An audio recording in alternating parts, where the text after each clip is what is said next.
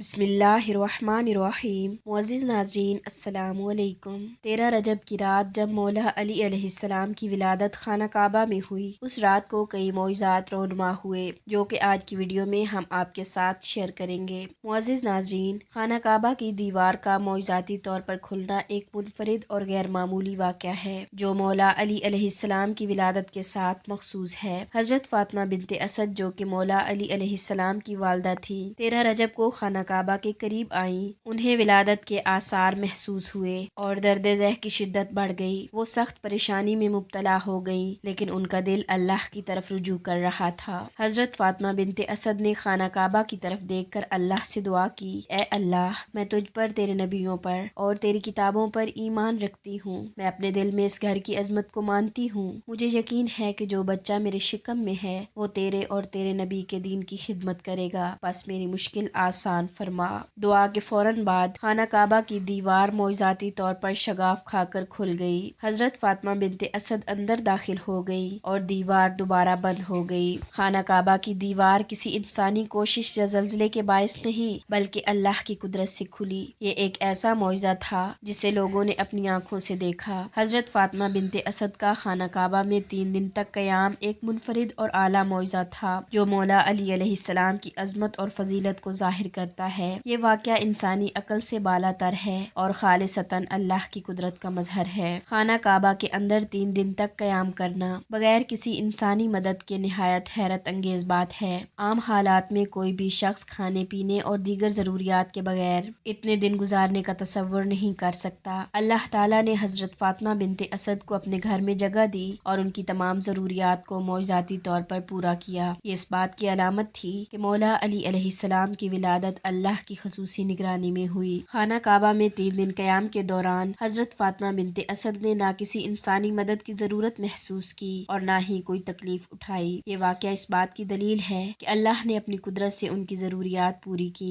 خانہ کعبہ کے اندر حضرت فاطمہ بنت اسد کو غیبی رزق فراہم کیا گیا۔ یہ رزق کسی انسانی ذریعے سے نہیں بلکہ اللہ تعالیٰ کی طرف سے خاص نعمتوں کی صورت میں آیا۔ مفسرین کے مطابق یہ صرف ظاہری رزق نہیں تھا بلکہ ایک روحانی تجربہ بھی تھا جس میں اللہ نے اپنی قدرت سے انہیں ہر قسم کی تکلیف سے محفوظ رکھا۔ حضرت فاطمہ بنت اسد نے خانہ کعبہ میں 3 دن تک قیام کیا۔ 3 دن بعد حضرت فاطمہ بنت اسد خود بخود باہر آئیں۔ مولا علی علیہ السلام کی ولادت کے وقت خانہ کعبہ سے ایک خاص نورانی روشنی بلند ہوئی جو نہ صرف مکہ مکرمہ بلکہ دور دراز کے علاقوں تک دیکھی گئی۔ اس رات قریش مکہ نے آسمان پر ستاروں کی گردش کو دیکھا، آسمان سے زمین تک نور کی کرنیں اور شعاعیں پھوٹتی ہوئی دیکھیں۔ لوگ اپنے اپنے گھروں سے باہر آ گئے اور کہنے لگے، آج کوئی بڑا حادثہ رونما ہوا ہے۔ اس اثناء میں حضرت ابو طالب باہر تشریف لائے اور ان سے فرمایا کہ اپنے گھروں میں جا کر آرام کرو۔ وہ کہنے لگے، اے ابو طالب، آپ عجیب آدمی ہیں، آپ نہیں دیکھ رہے کہ آسمان کا رنگ بدل گیا ہے، نہ ختم ہونے والا سلسلہ نور آسمان سے زمین تک ہے، بھلا یہ پریشانی کی بات نہیں ہے؟ کیا اس وقت کسی کو آرام آئے گا؟ جناب ابو طالب نے فرمایا کہ اگر تمہیں معلوم ہوتا تو ایسی باتیں نہ کرتے۔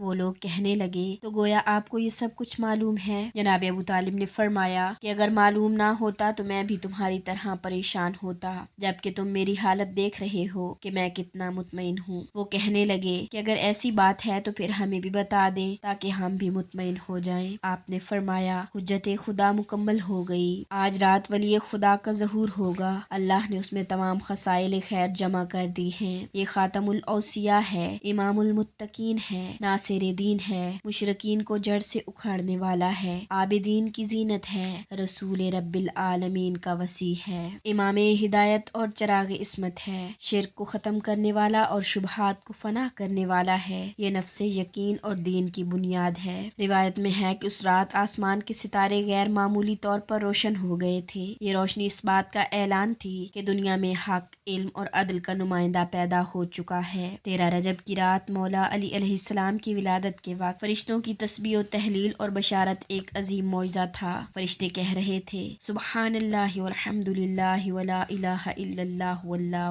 اکبر۔ فرشتے آپس میں بشارت دے رہے تھے، آج وہ ہستی دنیا میں آئی ہے جو دین اسلام کی حفاظت کرے گی اور حق و انصاف کا پرچم بلند کرے گی۔ فرشتوں کی بشارت شیطان کے لیے اعلان شکست تھی، کیونکہ آج وہ ہستی دنیا میں آ گئی تھی جو شیطان کے تمام حربوں کو ناکام بنائے گی اور حق کی سربلندی کرے گی۔ روایات میں آتا ہے کہ فرشتے زمین پر اترے اور خانہ کعبہ کا طواف کیا تاکہ مولا علی علیہ السلام کی ولادت کے مبارک موقع پر اللہ کا شکر ادا کریں۔ حضرت امام علی علیہ السلام کی ولادت کے وقت خانہ کعبہ میں موجود تمام بت لرزنے لگے اور بعض روایات کے مطابق یہ بت نیچے گر کر ٹوٹ گئے۔ یہ واقعہ اس بات کا غماز تھا کہ بتوں کا دور ختم ہونے والا ہے اور حق و صداقت کی جیت کا آغاز ہو رہا ہے۔ خانہ کعبہ میں موجود بتوں کا لرزنا اس بات کی علامت تھا کہ اللہ تعالیٰ کا نیا حکم اور نئے دور کا آغاز ہونے جا رہا ہے، جہاں بت پرستی کا خاتمہ ہوگا اور توحید کی فتح ہوگی۔